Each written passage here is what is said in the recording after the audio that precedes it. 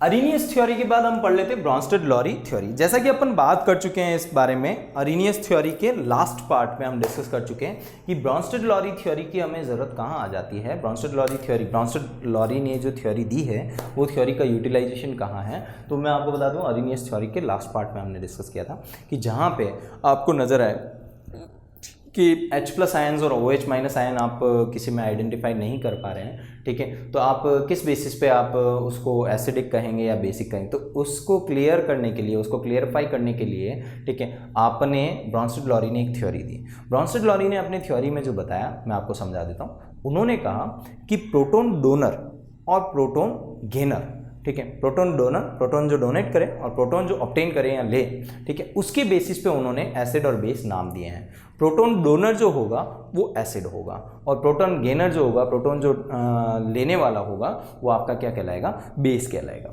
समझना इस चीज़ को। जैसे अपन बात करें प्रोटॉन डोनर, और हम उसके ऊपर डिस्कस कर लेते हैं किस बेसिस पे ब्रॉन्स्टेड-लॉरी ने उसे क्या कहा है, एसिड कहा है, HCl।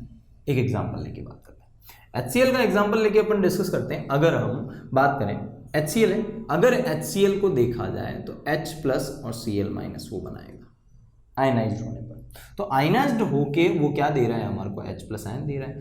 तो हम ये इससे तथ्य निकाल सकते हैं कि भाई H+ आयन जो निकाल पा रहा है अपने अंदर से आयनाइजेशन के बाद, ठीक है, वो आपका जो रहेगा वो क्या रहेगा, आप एग्जैक्टली H+ आयन को आप क्या कह रहे हो, प्रोटॉन कह रहे हो। वो भी मैं हल्का सा आपको आइडिया दे दूं, इसे आप प्रोटॉन क्यों कह रहे हैं, क्योंकि H+ का मतलब क्या होता है, आपके पास हाइड्रोजन एक आपका एटम है, हाइड्रोजन के एटम के अंदर एक इलेक्ट्रॉन है, और एक इलेक्ट्रॉन के बाद अपन बात करें अगर प्रोटॉन्स की, ठीक है, तो प्रोटॉन्स की बात करें तो इसके अंदर एक प्रोटॉन्स है, न्यूट्रॉन्स इसके अंदर 0 मान के चलता है, ठीक है, क्योंकि इसका मास भी जो होता है 1.008 रहता है इस बेसिस पे। तो 1 proton and 1 electron. In case अगर अपन बात करें, अगर इसका इलेक्ट्रॉन अपन क्या कर दें, निकाल दें, तभी जाके ये हमारे पास क्या बनता है, H+ आयन। और अब इसके अंदर जो बचा वो इसके न्यूक्लियस के अंदर जो बचा वो क्या बचा, एक प्रोटॉन बचता है। तो इस बेसिस पे हम इसको नाम क्या देते हैं, प्रोटॉन। तो H+ आयन जहाँ पे आ जाए वहाँ आप प्रोटॉन नाम दे सकते हैं। तो आप समझना इस चीज को, प्रोटॉन डोनर, तो HCl प्रोटॉन डोनर क्या लाएगा, 100% क्या लाएगा, दैट्स वाई आप उसको क्या कह सकते हो, एसिड कह सकते हो। तो ये कैटेगरी डिवाइड कर दी किसने, ब्रॉन्स्टेड-लॉरी ने, कि किनको आप एसिड कहोगे, जो आपके प्रोटॉन डोनर होंगे। इसका मतलब जो H+ आयन अपने अंदर से क्या कर सकते हैं, निकाल सकते हैं आयनाइज होके, ठीक है। अब दूसरी चीज कहता हूं आप समझना, जैसे कि अपन बात करें कि ये तो प्रोटॉन डोनर हो गया, अभी कोई दूसरा आयन है, वो दूसरा आयन जो है अगर वो इस प्रोटॉन को क्या करता है, एक्सेप्ट करता है, ऑब्वियसली जो एक वर्क किया गया डोनेट करने का काम, तो डोनेट तो ऑब्वियसली एसिड कर रहा है। जो उस H+ आयन को लेगा वो कौन होगा, वो ऑब्वियसली वो होगा जिसके अंदर H+ आयन की कमी हो। तो H+ आयन की कमी को आप किसके बेसिस पे देखते हैं, आप बेस के बेसिस पे देखते हैं। आप अब इस चीज को थोड़ा सा इजीली समझ लें। मैं आपको सीधा सा कहना चाह रहा हूं कि एसिड है या बेस है, ये आइडेंटिफाई कौन कर रहा है, ब्रॉन्स्टेड-लॉरी के तौर पे ये आइडेंटिफाई कर रहा है H+ आयन, कि H+ आयन जिसके अंदर है वो एसिड है, और जिसके अंदर आपके H+ आयन की कमी है वो आपका क्या है, बेस है। तो H+ आयन जिसके अंदर है वो ऑब्वियसली प्रोटॉन डोनेट कर पाएगा, दैट्स व्हाई वो एसिडिक कहलाएगा।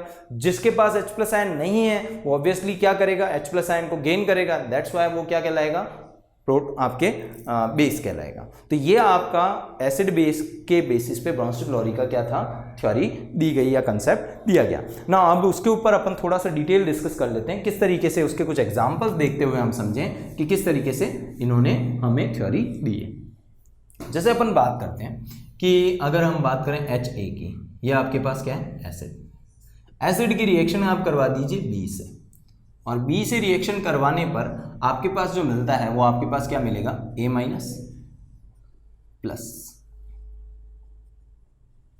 Hb+। हुआ क्या है, इस रिएक्शन के अंदर आपके पास ये एसिड है और ये आपके पास क्या है, बेस है। तो यहां से ये H+ आयन निकल के किससे कंबाइन हुआ, B से, और H+ आयन B से कंबाइन हुआ है तो ये Hb+ बनाएगा, और HA ये अगर टूटेगा तो टूट के आपको क्या दे देगा, A- दे देगा, जो कि आपका क्या हो गया, ये बना दिया। अब आप थोड़ा सा ध्यान दें, ठीक है, हमने यहाँ पर बात की प्रोटॉन होने की वजह से हम इसको एसिड कह रहे हैं, क्या कह रहे हैं, एसिड कह रहे हैं, ठीक है, और इसके अंदर प्रोटॉन नहीं होने की वजह से इसको हम क्या नाम दे रहे हैं, बेस नाम दे रहे हैं। ध्यान दीजिएगा, HA से आपने कन्वर्जन किया किसमें, A-, तो HA से अगर हम किस में चले गए, A- पे चले जाते हैं, तो HA से A- पे जाने का मतलब समझिएगा, अभी इसके पास प्रोटॉन है, अब इसके पास प्रोटॉन नहीं है, मतलब कि प्रोटॉन की क्या हो चुकी, कमी हो चुकी है। तो एक हिसाब से देखा जाए तो ये तो आपका एसिड है प्रोटॉन डोनर की बेसिस पे, बट इसके अंदर प्रोटॉन की कमी होने की वजह से ये आपका क्या कहला जाता है, बेस कहला जाता है। पर इसको हम सिर्फ बेस नहीं लिखते हैं, इसको हम बोलते हैं कॉन्जुगेटिव।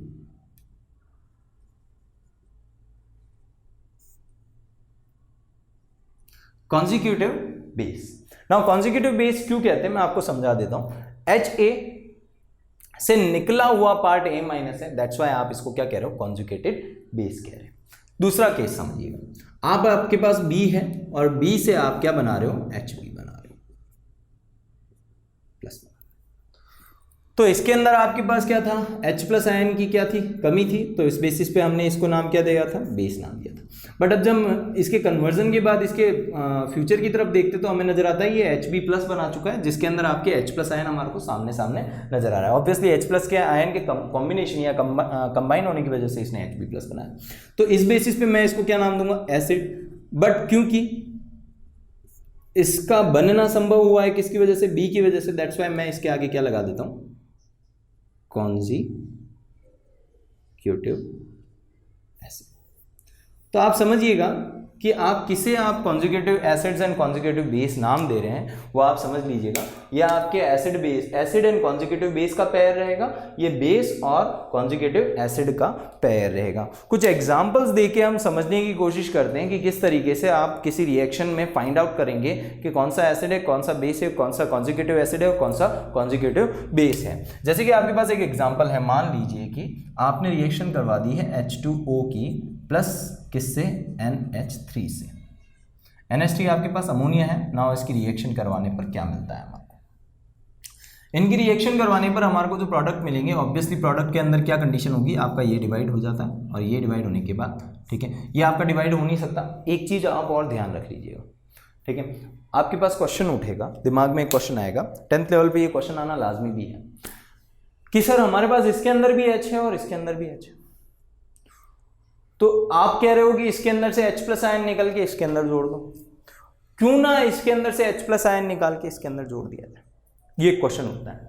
तो आप समझिएगा, देखने पे H+ आयन होना ना होना अलग केस रहा, ठीक है, आपको दिखाई दे रहा है कि इसके अंदर H3 हाइड्रोजन जुड़े हुए हैं, इसके अंदर 2 हाइड्रोजन जुड़े हुए हैं, ठीक है, तो आप ये कह दो कि भाई NH3 के अंदर से एक H निकाल दिया जाए, ऐसा नहीं होता, ठीक है। आप NH3 और H2O को जब एक्वस कंडीशन में आप लेते हो, तब अगर वो H+ आयन निकालता है तो आप कहेंगे कि उसके अंदर से आप H+ आयन निकाल सकते हो ना। अमोनिया का एक्वस सॉल्यूशन लेने पर उसके अंदर से H+ आयन नहीं निकलता, तो मैं ये कह सकता हूं वो मुझे लाइफ में कभी भी H+ आयन निकाल के नहीं देगा।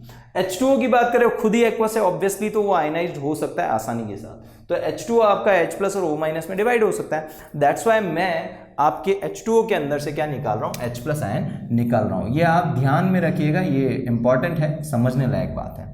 H2O अगर आपका NH3 के साथ कंबाइन होता है, ऑब्वियसली ये क्या बनाएगा, जैसा कि हमने Hb+ बनाया है, ये बना के देता है हमें NH4+, जैसे कि Hb+ बनाया ना, अपने पास यहां बच जाता है क्या, OH-, क्योंकि यहां से तोड़ने पर OH- रह जाता है, ठीक है। अब हम एसिड और बेस की कैटेगरी डाल देते हैं, और एसिड कैसे कहेंगे और बेस कैसे कहेंगे। उससे पहले मैं आपको समझा दूं कि आपने यहाँ पे डिवाइडेशन किया है कैसे, H2O से आपने बनाया OH- और NH3 से आपने बनाया NH4+। इसी बेसिस पे आप एसिड और बेस नाम दे सकेंगे, कंफ्यूज नहीं होंगे। शुरुआत आपकी H2O से हुई, अब आपके पास क्या रह गया, OH- लेके निकले थे आप H+, पर अब आप फ्यूचर की बात करें तो फ्यूचर में आपके पास H+ आयन नहीं रहता, तो जिनके पास H+ आयन होता है, ठीक है, या फिर जो प्रोटॉन डोनेट करते हैं, उनको आप प्रोटॉन डोनर को आप क्या नाम देते हैं, एसिड्स नाम देते हैं, तो आप इसको नाम दे दीजिए एसिड, ठीक है। NH3 से आपने शुरुआत की, आपने बना दिया NH4+, मतलब कि आपके पास H+ आयन इसमें कम है, इसमें ज़्यादा है, मतलब इसमें कमी ही थी और इसमें प्लस हुआ, तो आप कमी जिसके अंदर है उसको क्या लिख सकते हैं, बेस लिख सकते हैं ना। OH- की बात कर लेते हैं, पहले इसके पास था, अब इसके पास H+ आयन नहीं है, पहले इसके पास पूरी तरह से था, अब इसके पास H+ आयन की क्या है, कमी है, तो अपन बात कर सकते हैं कि भाई एसिड था बट डोनर हो चुका है, अब की जो उसकी कंडीशन है वो उसके अंदर H प्लस आयन की क्या है, कमी। दैट्स वाई मैं इसको नाम क्या दूंगा, आपका कॉन्जुगेटेड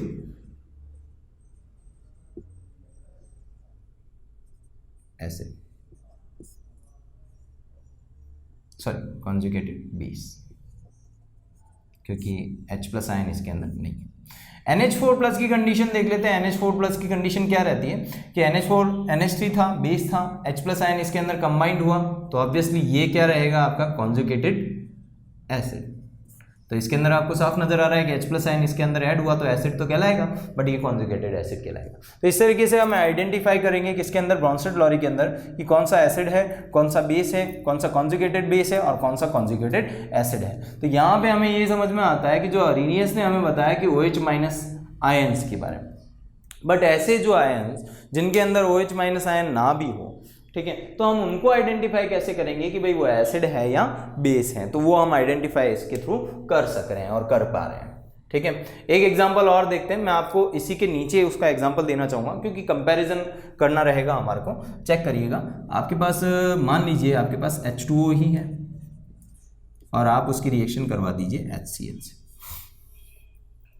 जब आप इनकी रिएक्शन करवाओगे तो ये आपका रहता है स्ट्रॉन्ग एसिड, और स्ट्रॉन्ग एसिड अगर आपका ये रहेगा तो स्ट्रॉन्ग एसिड जब रिएक्शन करेगा, ऑब्वियसली स्ट्रॉन्ग एसिड रिएक्शन करने पर H प्लस आयन अपने अंदर से निकालेगा, और ये भी निकाल सकता है, बट ये निकालेगा और ये लेगा। तो ये लेगा और ये निकालेगा, तो अपन बात करें ये तो Cl माइनस बना देता है, और दूसरा जो है आपका वो प्रोडक्ट के तौर पर बनाएगा क्या, आपके पास Cl माइनस तो ये निकाल के दे देता है और ये बना देता है H3O प्लस, जैसे कि Hb प्लस आपने यहाँ बनाया एग्जाम्पल। अब यहाँ पे इस रिएक्शन में क्या चीज़ गलत हो रही है, इस रिएक्शन में एक चीज़ की गलती है, एक चीज़ की मिस्टेक है। अगर हम देख सकते हैं ये रिएक्शन आपको सामने नजर आ रही है, बट इसके अंदर एक मिस्टेक क्या रहेगी कि HCl जो है अगर मैं इसके आगे एक्वस ना लगाऊं तो क्या वो डिवाइड होगा, क्या वो डिवाइड हो सकता है, क्या कंडीशन चेंज होगी इसके अंदर।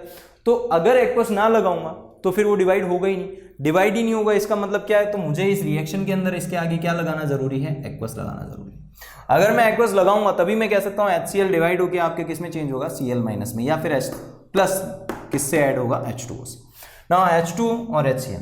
अब यहाँ हमारे को वापस क्या कैटेगरी वो आपको देना है कि भाई किसने H प्लस डोनेट किया है और किसने नहीं किया है, आप देखिएगा। ठीक है, जब अपन बात करें HCl से हमने कन्वर्जन किस में कर लिया, HCl लेके निकले थे और आपने किस में कन्वर्जन कर दिया, Cl माइनस। ठीक, अब आप H2O की बात करें, H2O लेके निकले थे और आप H2O से कन्वर्ट हो गए किसके अंदर, H3O। तो यहाँ इस तरीके से आप ये याद रखिएगा, बच्चे कंफ्यूज होते हैं कि कौन डोनर है और कौन एक्सेप्टर है। तो मैं आपको यही कहूँगा कि आप डोनर और एक्सेप्टर के बारे में आइडिया इस तरीके से लगा पाएंगे कि आप पहले वाली इसकी जो पास्ट कंडीशन क्या है और इसकी प्रेजेंट कंडीशन क्या है, उसके बेसिस पे उसके अंदर कंपैरिजन करके आप क्या कर पाएंगे, पता लगा पाएंगे कि एग्जैक्टली कौन डोनर है और कौन क्या है, एक्सेप्टर है। तो आप HCl के बारे में बात कर लीजिए। HCl जो है, HCl कन्वर्ट हुआ Cl माइनस में ऑब्वियसली, तो ये आपका H प्लस आयन अपने अंदर से निकाल रहा है, यहाँ से देखने से पता चलता है। ठीक है, तो आप ये मान के चलिए ये जो रहेगा एसिड रहेगा या फिर प्रोटॉन डोनर रहेगा। H2O की पहली कंडीशन और वो कन्वर्ट हो रहा है H3O में, तो ये कन्वर्ट हो जाता है किसके अंदर, बेस के अंदर। अब अपन देखते हैं आगे कि ये बेस और एसिड इन्होंने बना लिए। अब एसिड से ये कन्वर्ट हुआ किसके अंदर, Cl माइनस में, तो Cl माइनस में तो यहाँ पे H प्लस आयन की कमी रही, तो हमने H प्लस आयन की कमी की वजह से इसको क्या नाम दे दिया, कॉन्जुगेटेड बेस। और वही चीज आपके H2O है, H2O के अंदर आपके पास क्या है, बेस है, बट H2O ने क्या कर लिया है, अब H प्लस आयन धारण कर लिया है, ले लिया है और H3O प्लस बना दिया है। तो मैं यहाँ कह सकता हूँ इसके अंदर H प्लस आयन की कमी नहीं है बल्कि अधिक है। ठीक है, तो ये आपका जो रहेगा एक्सेप्टर हुआ। एक्सेप्टर तो ये रहा, एक्सेप्ट आपका किसने किया, H2O ने एक्सेप्ट किया, बट एक्सेप्ट करने के बाद इसमें H प्लस आयन आ जाता है, तो H प्लस आयन अगर है तो वो आपका क्या कहलाएगा, एसिड, और वो कौन सा कहलाएगा, कॉन्जुगेटेड एसिड। तो यहाँ से हमारे को क्लियरेंस मिलता है इन दो एग्जांपल्स के थ्रू कि किसे आपको एसिड बोलना है और किसे आपको बेस बोलना है, कौन आपका प्रोटॉन एक्सेप्टर होगा और कौन आपका प्रोटॉन डोनर होगा। एक चीज़ यहाँ पर नोटिस करने वाली है और समझने वाली है, दो एग्जांपल्स आपको मिले और दोनों एग्जांपल्स के अंदर आपने एक चीज़ नोटिस की कि आपके पास दोनों एग्जांपल में एक चीज़ कॉमन है, H2O। आप ध्यान देंगे तो आपको पता चलेगा कि H2O एक कंडीशन में एसिड के तौर पे लिया जा रहा है और H2O एक कंडीशन में किस तौर पे लिया जा रहा है, बेस के तौर पे लिया जा रहा है।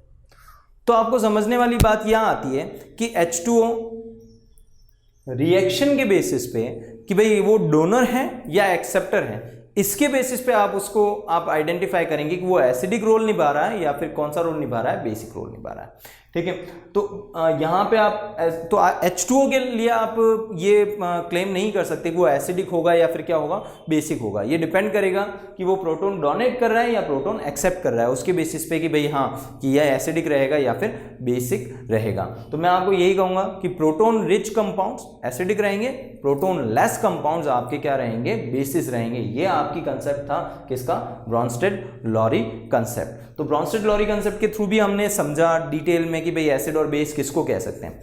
बट फिर भी एक पार्ट आता है, इसके अंदर भी आपका जो पार्ट रह रहा है कि H+ आयन के आपके लेन देन के बेसिस पे आप समझा पा रहे हैं कि भाई एसिडिक कौन है और बेसिक कौन है। अभी तक एक क्वेश्चन और उठता है, कुछ क्वेश्चंस ये उठ के आते हैं कि सर अगर ऐसे कोई कंडीशंस हों, ऐसे कोई कंपाउंड्स हैं जिनके अंदर ना तो H+ आयन है ना OH- आयन है और किसी H+ आयन का लेन देन उसके अंदर नहीं हो रहा है, ऐसे कंपाउंड्स जिनके अंदर H+ आयन या OH- आयन की बिल्कुल भी कंडीशंस है ही नहीं उनके अंदर, ठीक है, तो ये प्रोटॉन लेस कंपाउंड्स जो होंगे, ठीक है, उनको मैं एसिडिक या बेसिक प्रॉपर्टी के बेसिस पे कैसे कैटेगराइज कर सकता हूँ। जैसे मेरे पास CO2 है, ठीक है, जैसे मेरे पास मेटल ऑक्साइड्स हैं, नॉन मेटल ऑक्साइड्स हैं, उनको किस बेसिस पे, किस कैटेगरी, किस कंडीशन के बेसिस पे मैं उनको क्या करूँ, कैटेगराइज करूँ कि वो उनकी प्रॉपर्टी एसिडिक रहेगी या फिर क्या रहेगी, बेसिक रहेगी। तो एक कंसेप्ट हमारे पास नया इजाद होता है, नया जन्म लेता है, वो कौन सा है, लुईस कंसेप्ट। लुईस आए और लुईस ने हमें बताया कि ऐसे कंपाउंड्स जिनके अंदर H+ या OH- आयन किसी की भी कंडीशन ना हो तो उनका एक्सप्लेनेशन आप किस बेसिस पे देंगे। तो वो अगला कॉन्सेप्ट हम पढ़ेंगे क्या, लुईस कंसेप्ट। इसके लिए एग्जांपल्स अपन देख लेते हैं। इसके एग्जांपल्स कौन कौन से रहेंगे, किसके, एसिड्स के और बेसिस के, कौन से प्रोटॉन डोनर रहेंगे और कौन से प्रोटॉन एक्सेप्टर रहेंगे।